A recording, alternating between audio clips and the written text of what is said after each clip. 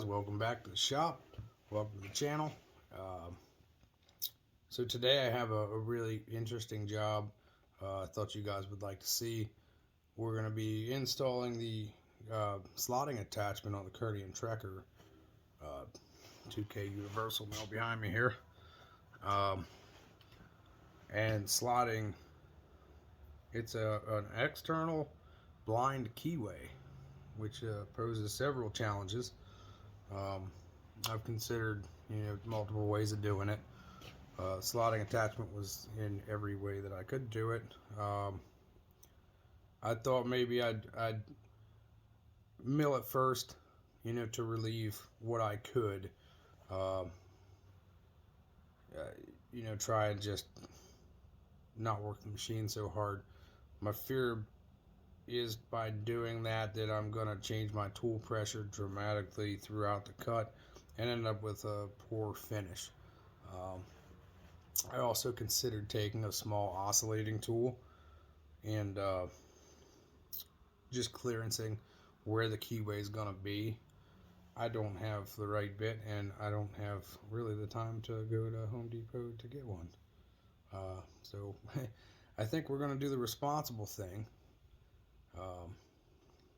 And we're just going to throw caution to the wind, and we're going to freaking send it. See how the machine does.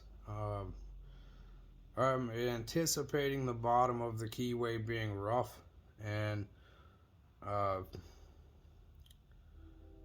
kind of figured different ways. Maybe a sharp cold chisel, I can just square it up. Maybe I can come up with an end mill later and just true up the bottom of it. But I think having that constant tool pressure of just cutting it with a slotting attachment is going to be the best way for the best finish. I'll spin you around and I'll show you the original, and I'll show you what I'm working with. And then I'll, show you the slotting attachment and everything, and we'll go through that. So hang tight, and I'm going to spin you around and bring you right back. Alright guys, so this is what we're working with. We don't need to install this nice piece of machine work here, but see, this is kind of an external keyway, and the original, this was just welded on this sprocket. What I have to work with is this piece here. Okay, let's set this somewhere safe. So this was just is a one-piece sprocket with a hub. The hub was oversized, so it got turned down and faced. But now we need to, it's not supposed to go all the way through. It's supposed to just be like it was. Another thing that's kind of weird is if you looked at the original, you'll notice that the 1/4 inch keyway that we're cutting is actually a 1/4 inch deep. So I don't know what the story behind that is. But upon double checking, we're doing it just the way that it was. So that's that. If there was any question about that, we're going the full 1/4 instead of an 1/8, as would be usual. This is the bit, high-speed steel, ground-in tool bit. Okay, clearances, on both the sides and the top and the bottom. See? So we got front rake, back rake, and side rake on that, to allow for the chips to go somewhere. I'm gonna try and feed it really slow, with the anticipation that we make as small a serration on the bottom edge of that as we possibly can. That's all I can do. First we need to get all this stuff off of the table. Arbor support, arbor dividing head. That sucker's heavy. Tailstock, and put the slotting attachment on. And that sucker is also heavy. That normally lives in here. Let's see, there's all kinds of goodies for this. Thread milling attachment, A and B arbors, light duty universal head. There's a medium duty universal head down here, but it's missing pieces. All the outboard supports and everything are in there. All your change gears, drive gears, different worms for the low leads. So pretty well stocked. End mills stacked everywhere. Sorry, conventional mills stacked everywhere. But yeah, we're gonna do this, and as heavy as these are, I typically use the old Ingersoll Rand air hoist, which is pretty cool. I thought you guys might like to see that too. It sounds like an old airplane when you're running it. But that's pretty much how I have to do here. You know, you can see the Brown and Sharp rotary table and the tilting T-slot table are on rollers, so I can just roll them over and use the hoist. So let me get that set up, and then I'll bring you back in, and we'll see what we can do. I did scribe this out. Okay. I did just find a center line. Okay. And I made one line like this, and I scribed a parallel line here. You can see that. So I had something to go off of, and then scribed another one on that center, because you actually end up making two lines, and you can kind of go in the middle of those. Focus. You can find the middle of that and then add your 1/8 inch either direction for a basic idea. Like I said, for some odd reason, we're going 1/4 off of where it enters. So I've scribed that line too. It's kind of faint, but it's scribed. I will double check all this with my dials just to be redundant and sure it's dead center. But yeah, that's what we're gonna do. Let me get this thing changed over real quick, and I will bring you back. All right, guys, so we got this guy fired up. Yeah, right there. Those ropes have wrist pins for a shovel head to weight them down a little bit. But I thought you guys would like to hear that, so I zoomed you in here. I'll zoom you up on that. Look at my crappy ceiling. We'll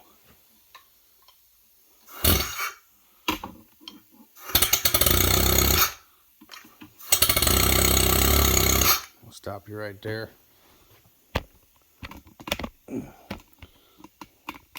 So I got a ratchet strap on there, and that's it's like seatbelt material. These things are just freaking solid pieces. I'm gonna pick this up nice and easy.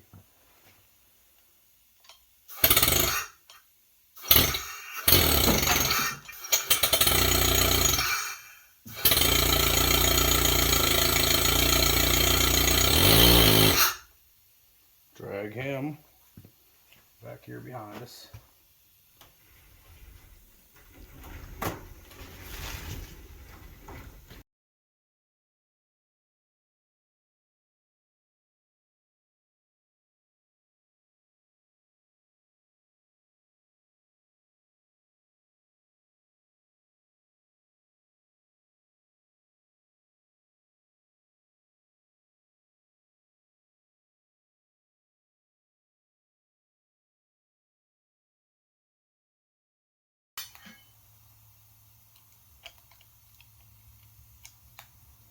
Pour the oil.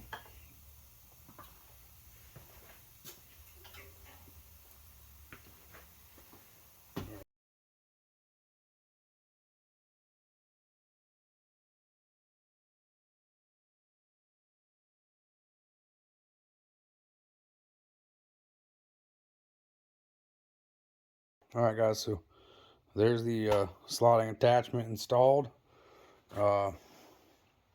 A little bit of a chore.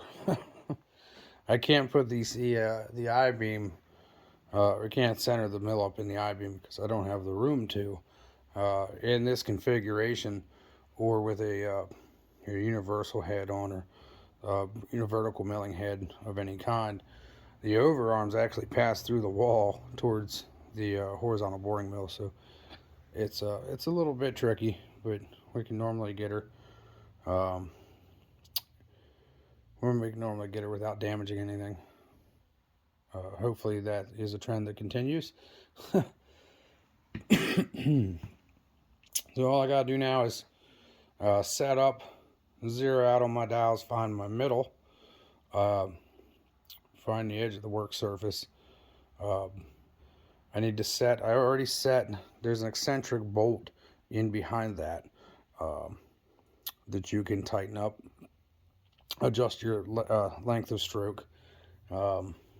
It's kind of tough to get to, so I kind of left it where it was. I just made sure it was tight, but I used that bolt to establish your bottom dead center as it is of the ram.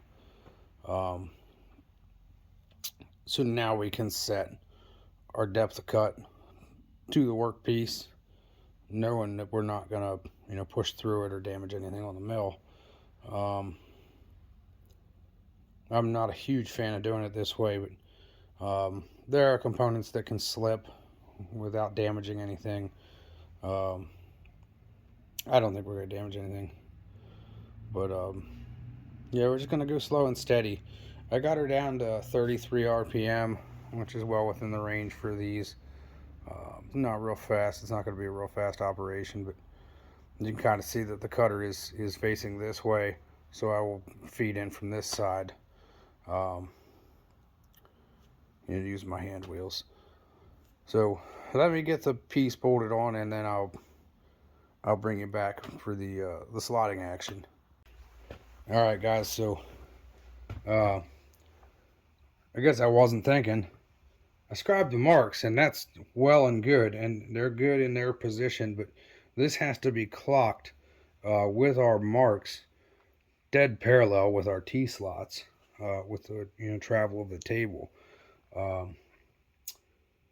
That's really difficult to do with a sprocket. That's this is not impossible, but that's another reason that I like to be redundant. I kind of came in, found my center here. You can see where it touched. This is a 3-inch outside diameter with a 1/4-inch cutter. So I need to take half of that, 1.5 inches, and add half of this to it off of that outside. Pretty standard stuff. So yeah, we're on our center now. I'm going to run it in. I'm going to tap off on the part here, zero out my x-axis, and start hand feeding in our 250 thou with this running. I also need to raise the table and double check that their interference is correct. I'm going to do that, and then I'm going to bring it right back. Hang tight. All right, we're set up. We're zeroed out on our part in both axes. Actually, all 3 axes, with just a few thousandths clearance on the bottom that I can clean up later if I need to. I think that the trick for success here is going to be to take really light passes and make really small chips. So maybe the bottom will just be acceptable finish right off the machine. But we're gonna see. If it looks bad, I'll clean it up. Leaning towards a small end mill and just go around the worst of it. I can't see a key needing to go there. I personally would have opted probably for a Woodruff key in this situation. But I wasn't really given the freedom to draw a relief hole, or make a release slot on the bottom of this. So I'm just gonna do it and see what happens. Yeah, fire it up, ready to move in 250 thou and see how we're looking. And yeah, here we go. Wanted to make mention, I need to get a match set of belts for this mill. it's a little noisy. So I'll try and tone it down a little bit in my editing, so you guys don't got to listen to what I got to listen to. But it's really just the belts. So here we go. Here goes nothing.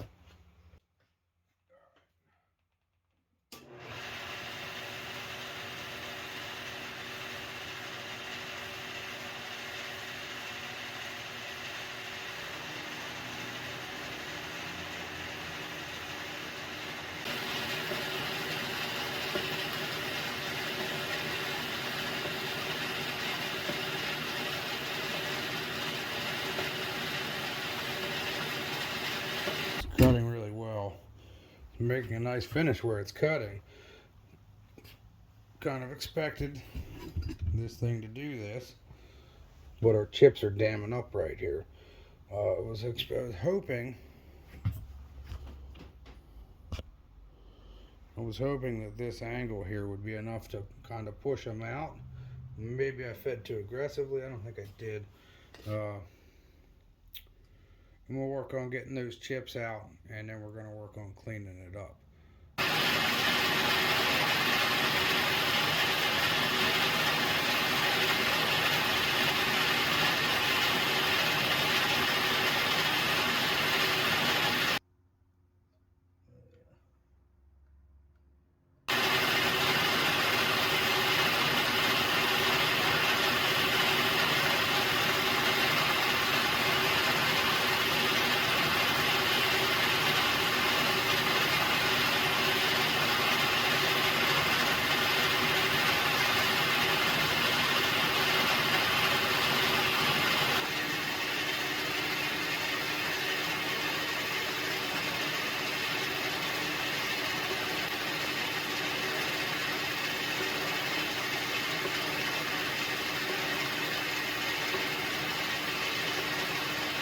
So guys,